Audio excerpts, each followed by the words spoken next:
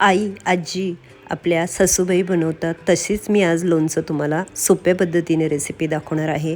म्हणजे गूळ केव्हा घालायचं, कैऱ्या किती सुकवायच्या, तेल कधी टाकायचं आणि कोणतं वापरायचं हे सर्व काही मी इथे सांगत आहे. तर ह्या 3 किलो कैऱ्या आहेत. जाड जाड मोठ्या मोठ्या कैऱ्या आहे, अजिबात पिवळ्या नाही. स्वच्छ धुवून आणि लगेच ज्यांच्याकडून कैऱ्या घेतल्या त्यांच्याकडूनच अशा छोट्या छोट्या खापा बडून घेतल्या. त्यातल्या कोळी काढून घेतल्या लगेच आणि स्वच्छ करून घरी घेऊन आले. घरी घेऊन आल्यावर लगेच त्याला थोडीशी हळद मीठ लावून मस्तपैकी उन्हात सुकवत टाकल्या. म्हणजे सकाळी सकाळीच मी गेले बाजारात घेऊन आले आणि उन्हात सुकवत टाकल्या. दिवसभर सुकवल्या आणि संध्याकाळी लोणचं घातलं.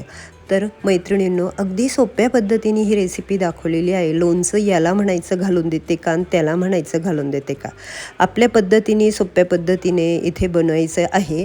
आणि सगळ्यात महत्त्वाचं म्हणजे तुम्हाला जर जास्त करायचं असेल तर मला प्रमाण विचारा, कमी करायचं असेल तर. आता हे 3 किलोचं आहे. एक स्वच्छ पातेलं घेतलं, तेही स्टीलचं घेतलं. त्यामध्ये जवळजवळ 1 लिटर तेल तापत ठेवलं. इथे तुम्ही कुठलंही वापरू शकता, शेंगदाण्याचं, मोहरीचं, सनफ्लॉवर. मी हे सनफ्लॉवर वापरलेलं आहे आणि मोहरीच्या तेलाचा वापर आपल्याला करायचा आहे, पण नंतर करायचा आहे. तर हे बघा, आता 3 किलो कैऱ्याचं हे लोणचं असल्यामुळे इथे मी एक सपाट चमचा मिरे घेतलेले आहे आणि सपाट चमचा हे लवंगा घेतलेले आहे. 11 जवळजवळ 11 हे वेलदोडे घेतलेले आहे आणि दालचिनीचे हे असे छोटे छोटे 2 तुकडे घेतलेले आहे. आणि हे जर सर्व पदार्थ आपण घेतले आहे ना, हे सर्व आपल्याला थोडे थोडे भाजून घ्यायचं आहे, म्हणजे त्यातला ओलसरपणा निघून जाईल. आता 3 किलो कैऱ्या असल्यामुळे 3 चमचे इथे बडीशोप घेतलेली आहे. इथे तुम्ही बडीशोपचं प्रमाण थोडं वाढवूही शकता. हे बघा अशा पद्धतीने. आणि मेथ्याही तितक्याच घेतलेल्या आहे. तर मेथ्याचं प्रमाण नका वाढवू, त्याने काय होईल, कडू लोणचं होईल. आपल्याला हिंगही 3 ते 3.5 किंवा 4 चमचे वापरायचं आहे. आणि 300 ग्रॅमला वर किंवा 300 ग्रॅम मीठ वापरायचं आहे. मीठ हे आपण नंतरूनही घालू शकतो. हळदही आपल्याला इथे 50 ग्रॅम पूर्ण वापरायची आहे. मी येथे लोणच्याचा मसालाही वापरलेला आहे, तर मी येथे 2 पुड्या लोणच्याचा मसालाही आणला आहे. तर हे बघा, आता कढई घेऊन त्यामध्ये सर्वप्रथम आपल्याला मीठ भाजून घ्यायचं आहे अशा पद्धतीने.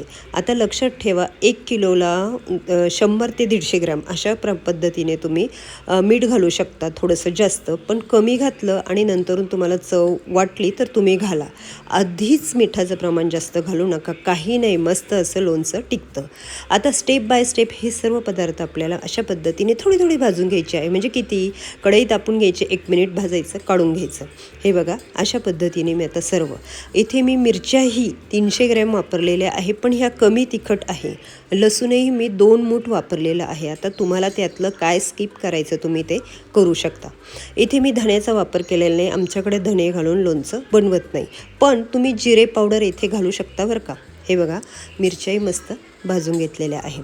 चला आता मी तुम्हाला सांगते पुढची पद्धत. गॅस बंद करून त्यामध्ये लसूण मस्तपैकी टाकून ठेवा थोडा वेळ.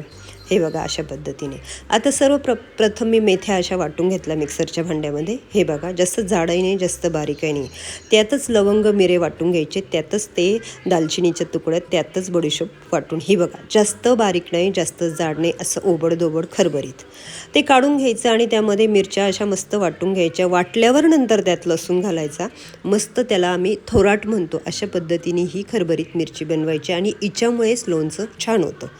तेल गरम करून घेतलं, आता थंड केलं. त्यामध्ये मस्तपैकी वेलदोडे अगोदर टाकले आणि ती वाटलेली मिरची घातली. ती व्यवस्थित त्यातले गोळे वगैरे फोडून मिक्स करून घेतले. इथे आता आपल्याला दुसरी मसाल्याच्या डब्यातली लाल तिखट वापरायचं नाही. आणि स्टेप बाय स्टेप अशा पद्धतीने सर्व मिश्रण किंवा सर्व जे पदार्थ आहे त्यामध्ये टाकून द्या. हा विकतचा मसाला मी वापरलेला आहे. तुमचा कारण मी इथे जास्त कच्चे मसाले वापरले नाही म्हणून. हे बघा अशा पद्धतीने. हळदही मी सांगितली तेवढीच वापरा, त्यापेक्षा जास्त नका वापरू, कारण आपण अगोदर हळद आणि मीठ लावून कैऱ्या सुकवल्या होत्या. हे बघा, आता ही मोहरीची डाळ, तर ही मोहरीची डाळ मी 3 किलोला अर्धा किलो वापरते, पण तुम्ही कमीही वापरू शकता. कारण काय होतं, कोणाकोणाला खार जास्त नको असतो, पण प्रमाण जर तसं जर ठरलं तर 300 ग्रॅम एकदम बरोबर आहे 3 किलो कैऱ्यांना. त्यामुळे तुम्हाला मी परत एकदा सांगते की कमी जास्त प्रमाण तुम्ही करू शकता. हे बघा, सर्व मिक्स करून घेतलं आणि त्यामध्ये आता त्या ज्या सुकवलेल्या कैऱ्या, इथे सुकवतानाचा व्हिडिओ माझ्याकडून राहिला. हे बघा, आता त्या सुकवलेल्या आहे. अगदी त्यात पाणीसुद्धा गेलेलं आहे. तर किती सुकवायचं, मी कडक उन्हामध्ये जवळजवळ अर्धा ते पाऊण तास सुकवल्या किंवा त्यापेक्षा तुम्ही थोडे जास्त सुकवू शकता. पण जास्तच जर दिवसभर वाळत घातल्या तर त्याची सालं कातळं म्हणजे ते असे कडक होतात आणि नंतर असं खूप असं खाताना निबार लागतं. तर अशा पद्धतीनेच असू द्या.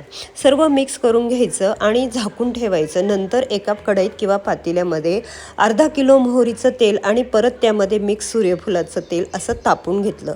मोहरीचं तेल अक्षरशः धूर निघोस्तोवर म्हणजे त्यातला कडसरपणा निघोस्तोवर व्यवस्थित तापून घ्यायचं. नंतर ते मिक्स करून तेही तापून घ्यायचं आणि थंड करून लोणच्यात मिक्स करायचं. लोणच्यात मिक्स केल्यावर तेल ते तसंच एक दिवस झाकून ठेवायचं, कपडा बांधून लागलं सर, आणि नंतर त्यामध्ये गूळ मिक्स करायचा आहे. इथे मी 3 किलो कैऱ्यांना 250 ग्रॅम गूळ वापरलेला आहे. तुम्ही त्याचं प्रमाण कमी जास्त करू शकता. कशी वाटली रेसिपी नक्की सांगा. कुठून पाहताय ते सांगा. आपलं यूट्यूब चॅनल सबस्क्राईब करा. इंस्टाग्राम फेसबुक पेज पण लाईक आणि फॉलो करा. रोज छोट्या रेसिपी असतात. असं समजा की मी रिक्वेस्ट करते की आपलं चॅनल फॉलो आणि लाईक करत जा आणि छान अशा कमेंटही करा. तुमच्यासारख्या गोड मैत्रिणींना माझ्या फार रेसिपी आवडतात आणि त्या छान कमेंट करता. तेव्हा चांगले खा, मस्त राहा, माझे व्हिडिओ बघत राहा. मी पुन्हा येईल नवीन आणि अशा छान रेसिप्या घेऊन. आता खूप एक नॉनस्टॉप बोलले. आता थोडंसं तुम्ही शांत रीतीनेच व्हिडिओ बघा. कसं वाटलं नक्की सांगा. कुठून बघताय ते सांगा. बाय.